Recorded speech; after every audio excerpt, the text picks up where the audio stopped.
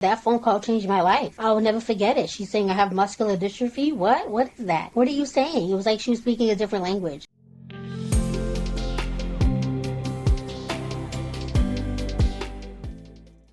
Everybody, welcome back to Tales from the Journey. I am Stephanie Zamora, and today I am so excited. We have Keisha Greaves, who is the founder of Girls Chronically Rock. After being diagnosed with muscular dystrophy in 2010, she started her own line of t-shirts to inspire others with chronic illnesses to have confidence in themselves and not let their disability define who they are. She is an incredible human. I feel so honored to have her here today. Keisha, thank you so much for taking the time.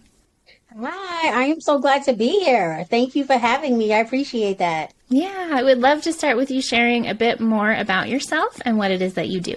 Sure. Well, I'm Keisha, and I am the CEO and founder of Girls Chronically Rock clothing brand. Girls Chronically Rock clothing brand was founded in 2017 to help and create, inspire, and motivate others in the disability community. Because I myself live with a disability called muscular dystrophy, where it pretty much deteriorates your muscles over time and weakens as you get older. So what made me wanted to create that is that I always had a passion for fashion, and I actually got my undergraduate degree from Framingham State University, fashion design and merchandising. So, of course, as you know, life honestly takes a turn, like the crazy world we're living in now with this pandemic. And it was actually after I graduated from Framingham, I took about a year off, and I went to graduate school in around like 2008, 2009, and that's when I started to get really weird symptoms within my body that led me to my diagnosis. And those symptoms were just kind of honestly out of nowhere. I would honestly just be walking and my leg kind of just gave out on me. And it was like when I fell, I wasn't able to get myself back up. I was kind of like pretty much like a dead weight. It was like the most weirdest thing. So it just kind of kept on happening. The first couple of times, I'm like, okay, maybe I just need to exercise, lose some weight, no big deal. But it was like the final time when I was at the supermarket with my mom and sister, where I kind of like, had that last fall, and it was like pretty much like that dead weight. It was like I could not get myself back up. My mom and sister could not get me up. And it was like, I remember it was like a strange man. He came over, very nice guy. And he was like, do you need help? And that's how I was able to get up off the floor. So it was like at that moment, I felt like my body just like betrayed me. Yeah. And it was like at that moment where my mom was like, I think it's time you go see a doctor. That makes a lot of sense. That must have been really scary. Yes. What we like to do on this show is really kind of talk through the journeys that we go through in life. And there's so many different journeys that we experience, challenging chapters, big life transitions. And this is certainly a great example of that. I would love if you could share a bit about who you were before, like what life looked like, what your plans were, and just who was Keisha before this diagnosis. Sure. Well, Keisha, I was just living my best life. In high school, I was able to, walk up 5 flights of stairs, so just kind of looking back, it's like what you really take for granted. I used to play softball in elementary school. So sometimes I even think about that looking back like, wow, like I used to be able to run from base to base. Like I would kill to just be able to do that now. Even when I was at Framingham, I used to walk up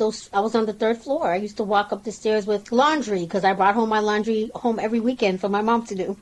And then I brought home like groceries. So, just looking back like, wow, I lugged all of that up all those stairs. So yeah, I was just like, a happy person, but I always had a passion for fashion. Even from the time I was younger, I looked up to designers such as Kimora Lee Simmons from her baby fat stage. I love Betsy Johnson, her quirkiness and her colorfulness, and Prince. And then I also looked up to designers Tommy Hilfiger. So I always just wanted to follow in their paths and always just dreamed of collaborating with them one day. And I'm hoping so still. But, I was just like, living my life. And as you can imagine, when I was diagnosed in my early 20s, I was living my life in college, going out to parties, having a great time. So, of course, you can only imagine it's like to hear that. It's like, where did that come from? But, I was just, living my life. I love spending time with family and friends, going out to eat, having a drink, of course, going shopping. I still do that. That's my problem. And so, but yeah, I was just pretty much, just living my life and just doing things like a normal person would at that time. Our 20s, I feel like, are such a magical, messy, chaotic, and formative time. Like we're out there in the world just becoming adults and figuring out what we want to do with our lives. What was the experience for you going through getting the diagnosis, and what was your emotional response to all of that? Sure. It was a lot, as you can only imagine. But like I said, I always knew I wanted to be an entrepreneur. I knew I wanted to be a fashion designer. But at the time when I was actually in graduate school, I had a totally business plan written out. It was still wanting to own my own fashion business. But at the time, I was actually naming it after my grandmother, Millie Eileen. So it was like a total different perspective, but still in the fashion. So of course, when I got that phone call that day from the doctor saying, Keisha, we got your test results back. You have have muscular dystrophy, I'm just like, what is she talking about? I totally shut down because I'm thinking, well, she had to call the wrong patient. Maybe she got the test results mixed up. Maybe she called me by accident, but I knew deep down inside something wasn't right. So like most of us do, I run to Google, start researching what is muscular dystrophy, what is that? And,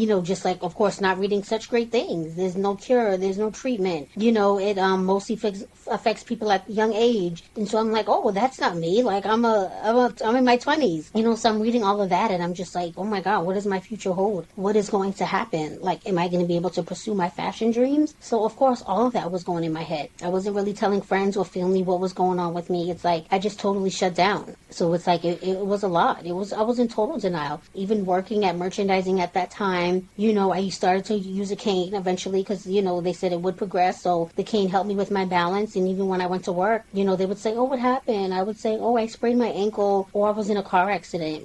I said everything but, because just saying that sounded better than actually saying and acknowledging that I had muscular dystrophy. Denial is such a prominent theme when we go through just all these different experiences, especially the ones that come out of nowhere, especially when there's grief involved. How long did that denial stage last for you? Oh my, I tell people, I feel like I just came out of denial like the other day. I mean, it was like, it was a lot. And like I tell people, I'm like, yes, you may see me cheerful and chatting and smiling, but it's like I still have my days and I want people to know that and know like, yeah, you may see me happy today, but at night I may sometimes just cry. So yeah, it totally took a while. It was actually one day when my friend was like, why don't you write a blog, share about your symptoms? And I'm like, why would I do that? Because I'm like, in my head, I'm like, I don't have muscular dystrophy, so why would I write about it? That's how much in denial I was. But one day I did decide to open my laptop and I just started writing and kind of sharing.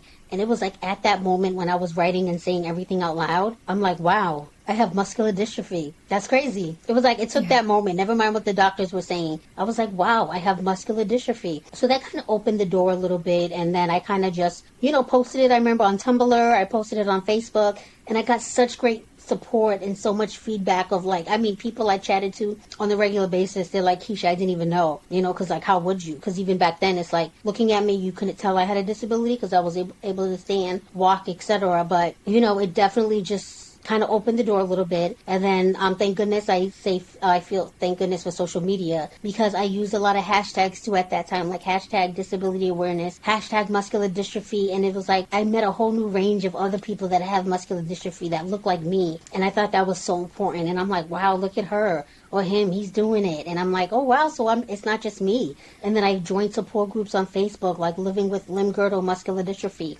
because that's the particular type I have. And just to hear so many other stories like mine where they were also diagnosed at a later age, I'm like, wow, so this is something common. That's beautiful. There's something, it's so true. I love that you shared that about writing it and putting it out there and saying it out loud. I know for me, I had a traumatic loss, a suicide loss was my big challenging chapter.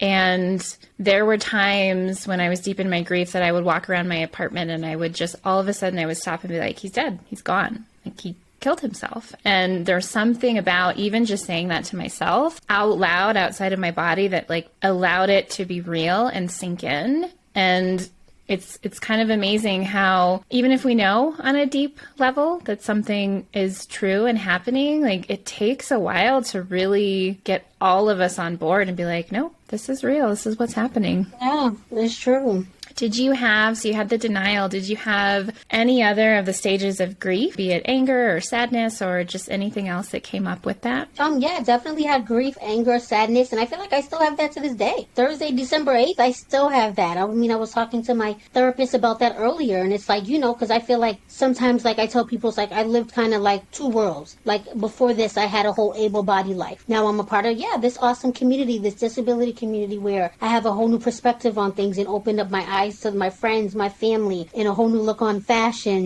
with adaptive fashion. So I'm a true believer in things do happen for a reason. But, sometimes I look back like, whoa, like, what is that all about? Where did it come from? Because nobody in my family seems to have it. I tease my mom to this day. I'm like, was I switched at birth? So I just like to tease her. So I'm like, what's going on? So I still have my moments. It's still a lot. Having to rely on my caregivers, that can be exhausting, full of anger, sadness. So it's like, it's a lot. Like I tell people, people I'm a friend, I'm like, I still have my days. Don't let, my Instagram page fool you. Like, I still have my days. I'm so grateful that you share that. It's so important that we are honest about none of these seasons that we go through that are challenging, that change the trajectory of our lives, especially when it's an ongoing situation like a chronic illness.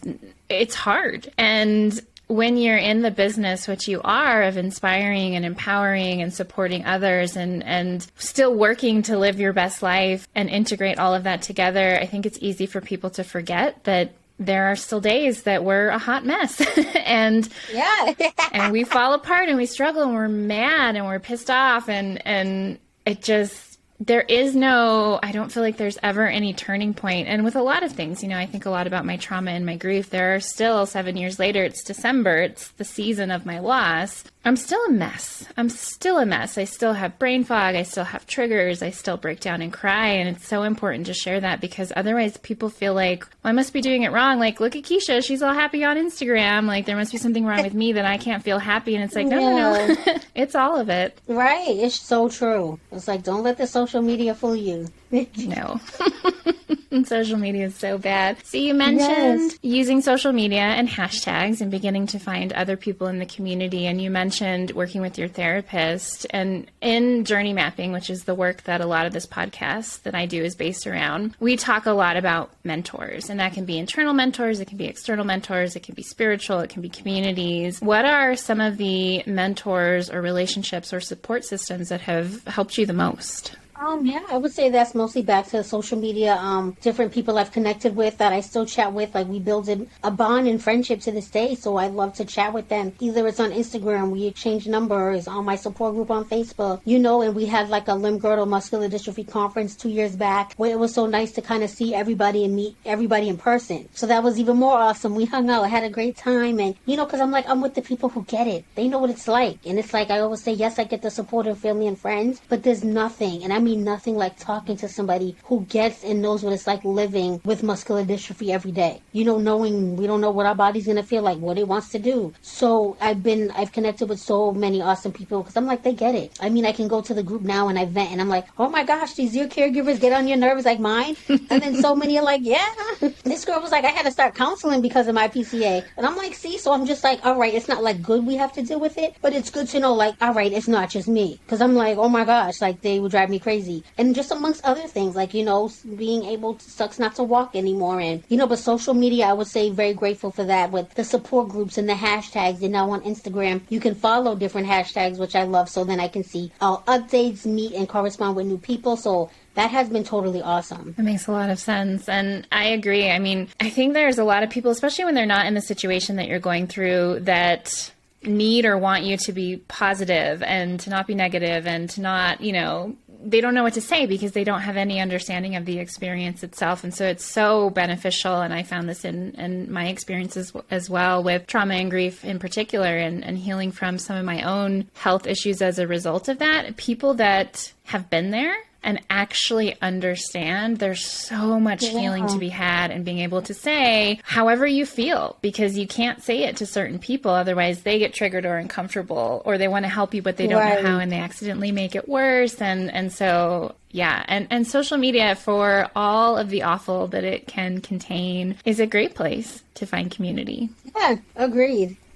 What role, if you're open to talking about it, I think a lot of people struggle with mental health as a conversation and getting support for it. What role has therapy played for you? Definitely has helped. Like, it's kind of nice talking to somebody. And people sometimes ask, like, what is the difference between talking to a therapist opposed to, like, say, your own family and friends? And I'm like, that's a great question. And it's like, at first, maybe I don't know, I couldn't answer it then, but it's like, I don't know, but it is a difference. Just talking to somebody who I guess can't judge me, doesn't know my story, and just venting and them just listening and giving great feedback is just, I don't know, it's just a difference. I tell people, I'm like, it helps. And I'm like, I would definitely recommend it if you feel like you need it, because I feel like it helps me. I wish I can talk to mine every day, but it definitely has helped. And again, just having that support of the support group, I feel like has definitely helped the mental health, because I can just go to them, whether it be the friends, that I chat with on my iPhone or the group on Facebook, and I can just go and vent and they would get it. They're not going to judge me. They would say, oh, hey, yeah, I've been there.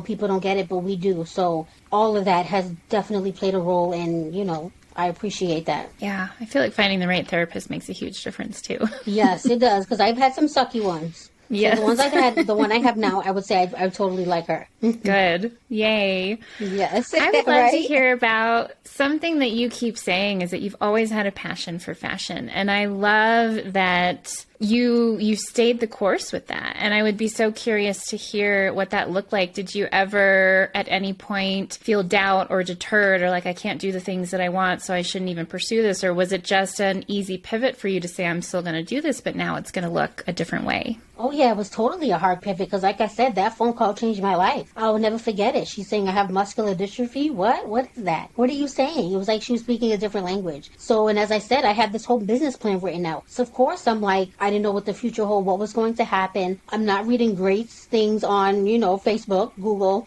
when I'm researching muscular dystrophy. So it was a lot because I'm just like, what is going to happen? She just told me I had muscular dystrophy. So, of course, I'm just like, I wasn't sure, but after I came out of denial and I started vlogging and, sharing my symptoms, as I mentioned, I sometimes say I'm one of those that I'm a true believer that things happen for a reason. Because I sometimes feel like, well, maybe, I got it, maybe because I'm handling it. And like I said, I still have my days. Because I feel like if it was like probably my sister or someone else in the family, they wouldn't be able to handle what I deal with on a daily basis. Let me just say that. So, but I was like, you know what? I was like, it's time to start putting my fashion degree to use.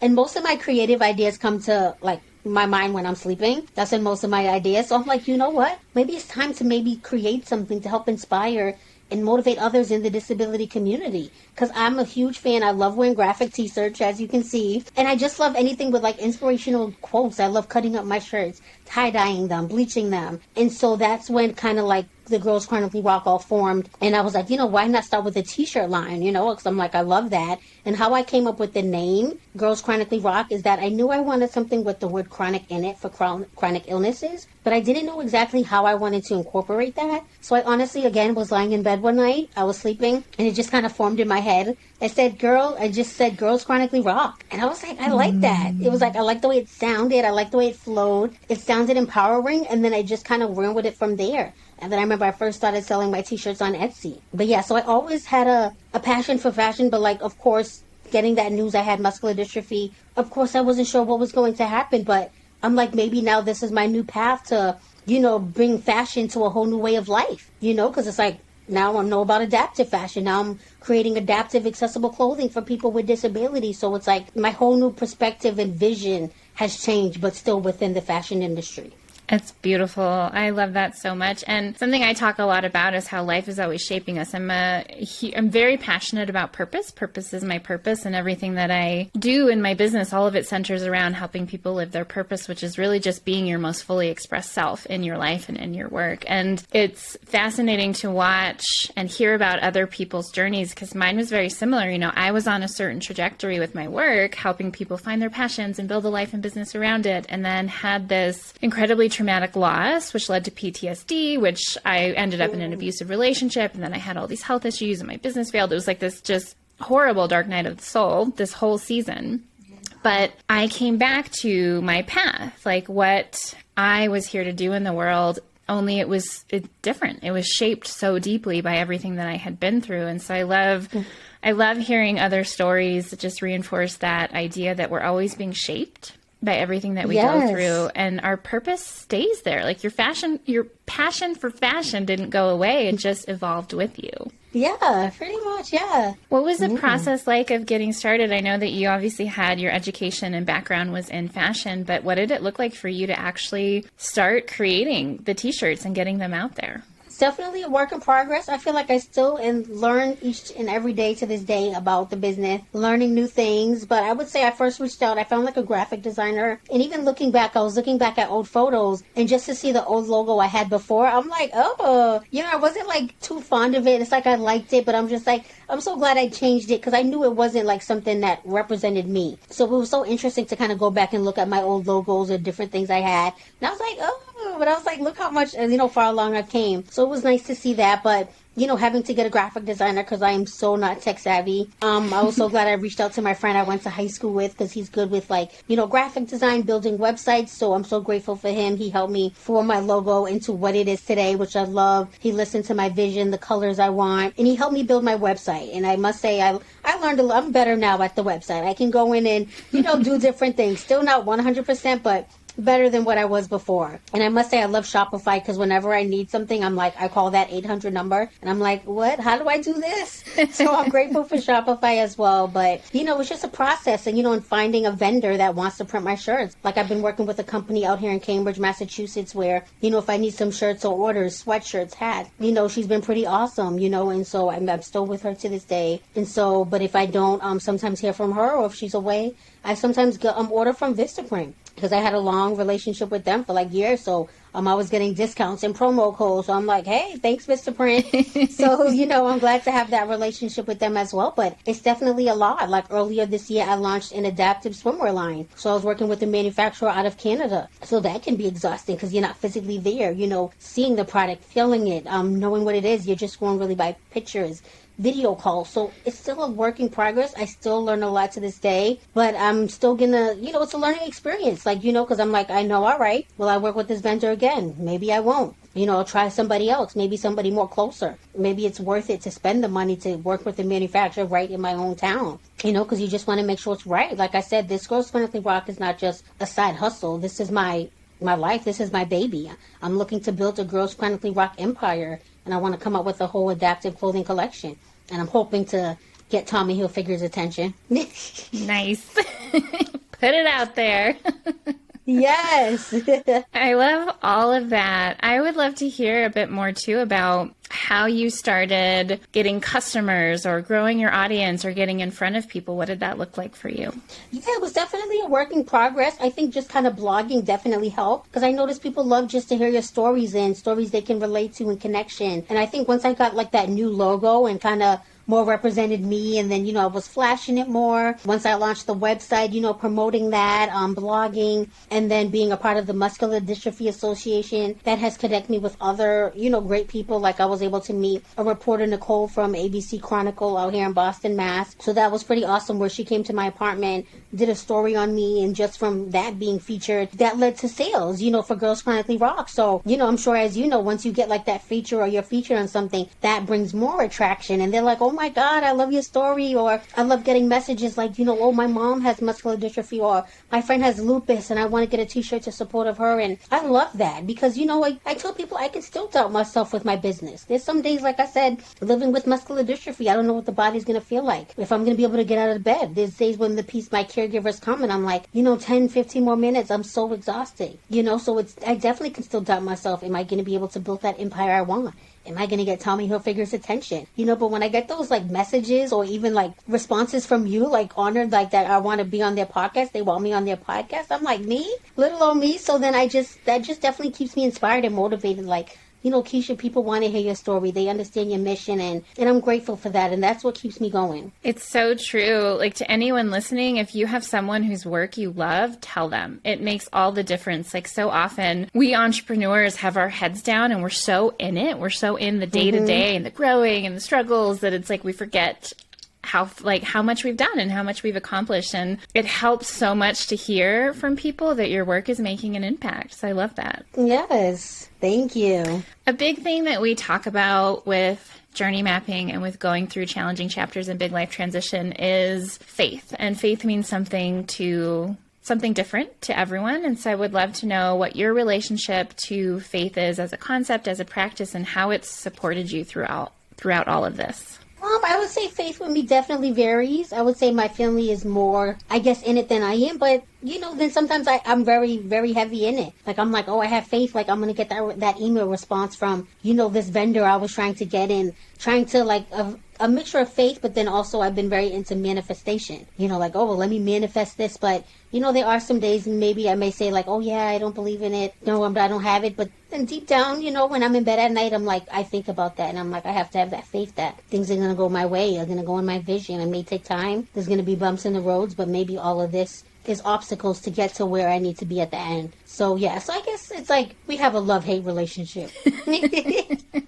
I I love the honesty of that. It's so true. I was actually just having a conversation with a client the other day, and we were talking about faith and how easy it is to energize fear and doubt. Like that's just how we're wired as humans. Our subconscious is like trying to keep an eye out for all the threats and things we should be afraid of and aware of. And it's so scared of change that it's like we're habituated towards worrying and fear and doubt. And it's so natural and normal that that's going to be there. But fear and faith, they're the same thing. They're both belief in the unseen. Yeah. And so it's like, I have the same thing. You know, I've been at this business for over a decade and I still have fear, especially when I'm making changes and going through growth. And it's this constant practice of, okay, I'm energizing something that may or may not happen. Why don't I energize something in the vein of faith? Yeah, that totally makes sense. I agree with you 100%. It's like a mixture of both. Yeah, and love-hate relationship is a perfect way to describe it. Yes, it's true. And manifestation is something I've been learning a lot more about, and I've been learning about it from the perspective of raising our self-worth in order to feel deserving of the things that we want. But I would love to hear more about what manifestation looks like for you and what your process and practice is. So it's like I'm still a beginner. I kind of just feel like I do want like a manifestation, like kind of coach to guide me like every day. But I just recently joined this group. So it's like I'm learning tips in from there. And this other girl I follow on social media, like she said she manifested like her man getting a husband and everything. And I'm like, wow, like all of that. Although a husband's not on my top priority, I'm more like focused on my business. Yeah. But I'm like, maybe that stuff does work. So I just kind of like more like kind of believe like my TV would be off, candles burning, and just kind of like say it either out loud or to myself. But then I've also been very much into burning sage too. Mm-hmm. So as I'm like burning that and like, I'm in my wheelchair burning that around the house, like my PCA will be there. And then I'm just kind of like saying it to myself, like, things I want to manifest, like especially in the new year, 2022. So yeah, I'm just like, it definitely feels good that when I do it. So I'm just like thinking positive, like, all right, that's going to happen. I'm not saying if, I'm saying like now I notice I correct myself and I say when that happens, when I open my store, when I collaborate with Tommy Hilfiger. So kind of that thing. Makes a huge, change the wording. Yeah. It makes a huge difference because when you're saying when this happens, you start to engage with the world from a place of like, I am a person who is going to experience this. And like, it just shifts everything. Yeah, it really does. What would you say to, there are so many different experiences that people can have in life that are thrust upon them. So, some things we see coming, some things we might even choose, but there are a handful of experiences that we can have in this life that are completely out of our control. And they're not things that we chose or would have chosen, and they're things that are just thrust upon us or happen as a result of who knows what sometimes. What would you share with people who are going through that experience? Because, and I've had some of my own as well, but things that it's so frustrating, it's so frustrating, and it can be hard to move out of the grief. It can be hard to move out of the anger, the denial. And it can actually be really difficult to embrace like this is my life now. This is who I am. This is what life is going to look like. These are things that I could still do, and these are things that I can no longer do. What advice or words of wisdom or some of your own personal insights or experiences would you share with people who are at the beginning of that journey? Sure. And I get asked this question a lot. And I'm like, sometimes I'm like, it's not really a tough question, but I'm like, all of us deal with things in different ways, as you can only imagine. It's like we all deal with things differently. So I'm like, I can't like say, give the best advice to somebody like, oh yeah, you'll be fine. Like how an outsider would say, you'll deal with it. Take it day by day. Because no, it's not that easy. So stop saying that. It's like you said, we have no control. It's like, I didn't wake up one day and was like, you know what? Let me get that muscular dystrophy. Let me get that progressive chronic muscle disease that, will stay with me for life. Let me get that. It's like things like this that just come on us. We have no choice. It's like just out of nowhere. Like I tell people from living with this experience, I'm like, your life can change in the less than 24 hours. You can wake up tomorrow and it's like your body, your mind could be in a totally different way. But from what I've experienced, I say like try connecting with others that understand and know what you're going through. Whether it be, like grief, losing somebody in the family, because I know I've had, anything like recently being diagnosed with a disability, a chronic illness. Because, there's some people that I've seen on social media, like they just get results from a doctor today of being diagnosed with something and they start a YouTube channel. And I'm like, wow, like that's dope. Like, good for them, because I'm like, that surely wasn't me. And I respect that. It's like we all deal with things differently. I'm like I said, I felt like I just came out of denial the other day, but kind of helping and connecting with other people that understand and know what I'm going through. That's the only option that, I feel like helps. So I kind of feel like that's the great perspective, to look at, like, connect with others who understand and know what you're going through. Don't just, it definitely takes a lot. Absolutely. But I would say, take it day by day, and just go with the flow. But definitely connecting with others that understand and know what you're going through is a huge, huge help. And just take it day by day, blog, make a video if you want. But, it definitely takes time. It's not an easy road to just get a diagnosis or just losing a sibling or something right there, like, in an instant. It's like you can't tell somebody when to get over that. It's going to take time. Yeah, there's no right path and there's no right timeline. No. Yeah, you just got to take it day by day. Yeah. What are some practices or just things you do, whether they're with yourself internally or with other people, to really weather the harder days? I would say I tell people a lot, my TV shows are what keeps me sane. Honestly, it's like, because I have to deal with a lot. I mean, like I said, I have caregivers I have to rely on. Like, that's exhausting in itself. I'm accustomed, I like being by myself because I live alone. So I love that because it's like I get that free time and just me. But I tell people all the time, if I'm having a down day, feeling sad, or I'm in one of my bad moods, like, I love watching reality TV. I don't know what I would have done if, like, I didn't have cable. I watch everything from Netflix to, HBO. I love watching Lifetime movies. And then I love watching, like, Jersey Shore, things that are, like, entertaining. So it was like, I tell people a lot, like, watching my TV shows, honestly, is what keeps me sane. I love that. I love that you shared that. There's so many things, right? And for some people, it's meditation. For some people, it's nature. For some people, it's family. Others, it's creativity. And sometimes it is the guilty pleasures and just the things that entertain us and uplift us. And I do the same thing. I have a handful of TV shows that I really love that when I'm in a really down period, I don't always go to that. I'm definitely a nature girl, but it's like, I'm just gonna hang out with my favorite people and watch them do their thing. And there's something about it's that like entertaining. Can be and nourishing. And I think also, I'm very similar. I live alone and I love my independence and I love being alone. And there's something about that at times. I know there's a line somewhere that makes it like it can be unhealthy, but I do think that it can be really great and healthy when it's like, it gives you a sense of connection to other people. I mean, I've heard the same thing actually from healers and energy workers and even psychologists that, like, there's a level of overconsumption, but then there's, like, with memes, when we watch cute memes of, like, cats and dogs and little kids, like, it does something for our nervous system. It does. That is very similar to having people around us. Yes, it's true. I 100% agree. So there's no right, like, on your bad days, you should always do these things, take bubble baths and whatever. It's like, no.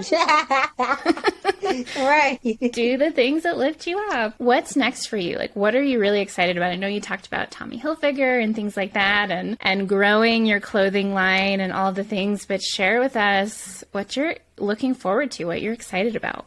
Sure. So, yes, I'm still looking to build Girls Chronically Rock Empire. I'm hoping, I will collaborate with Tommy Hilfiger, and I'm hoping to get my line into Target. I have been trying to get in there forever. And especially Target recently launched an adaptive clothing collection online. A lot of people don't know that. So I'm like, this will be perfect. I sometimes go into Target and I can see a little section of my sign, Girls Chronically Rock, and my t-shirts, the adaptive swimwear. So my goal is to hopefully get into not just Target, but maybe Macy's as well and other retail channels. But I am just honestly looking to build that Girls Chronically Rock empire, hopefully get it into fashion shows like New York Fashion Week, LA Fashion Week. I have done Atlanta Fashion Week before. I actually have done that twice, but I know LA and New York Fashion Week are a lot bigger. So my goal is to hopefully do those fashion weeks in the near future. But yeah, continue to bring awareness within the disability community and continue to bring that awareness about my mission. And I don't just look at it as a Girls Chronically Rock clothing brand, but a Girls Chronically Rock movement. So yeah, that's my goal.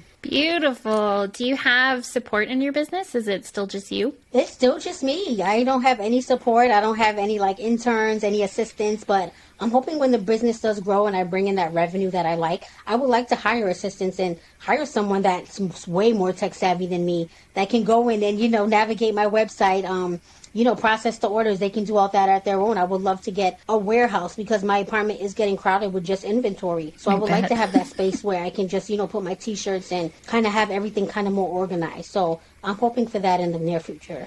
I love that. That's amazing. Very exciting and totally doable, and that's the thing when we set our minds to it and we really organize ourselves around it and we move towards it. And that doesn't mean we don't have doubt. We don't have bad days or times that we just want to kill it all as entrepreneurs. Yeah. If we're really committed, it's just amazing what we can make happen. Yeah, it's true. I 100% agree. What is something that you would say to anyone who's going through a challenging chapter or big life transition? Something that might have been helpful even for you to have known earlier on? Any pieces of advice or words of wisdom you'd want to leave people with?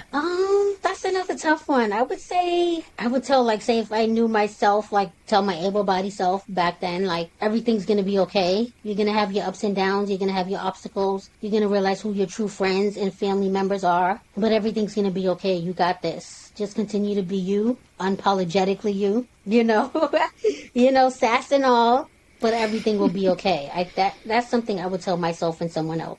I love that. And I think I would add to that from my own, because I have the same thing where it's it's going to be okay. You're going to be fine. Everything's going to work out. It might not look anything like you thought your life would or what you think at the beginning okay and good and fine will look like, but it will. You'll learn and you'll grow and you'll be shaped by everything that you go through. And that doesn't mean that it's magical and inspiring in the moment. It just means that you eventually come out to some other side, and that can be equally, if not more so sometimes, as beautiful and magical and fulfilling as what you thought you were going to have. Yeah. It's true. I would love if you could share where people can find you, how they can purchase your clothing and support your work. And we're also going to include links to everything in the show notes. But yeah. Awesome. Well, you can find me on girlschronicallyrock.com. I am also on Instagram, girlschronically_rock. Also on Facebook, Girls Chronically Rock. And then my personal page, Keisha Greaves. So yeah, definitely,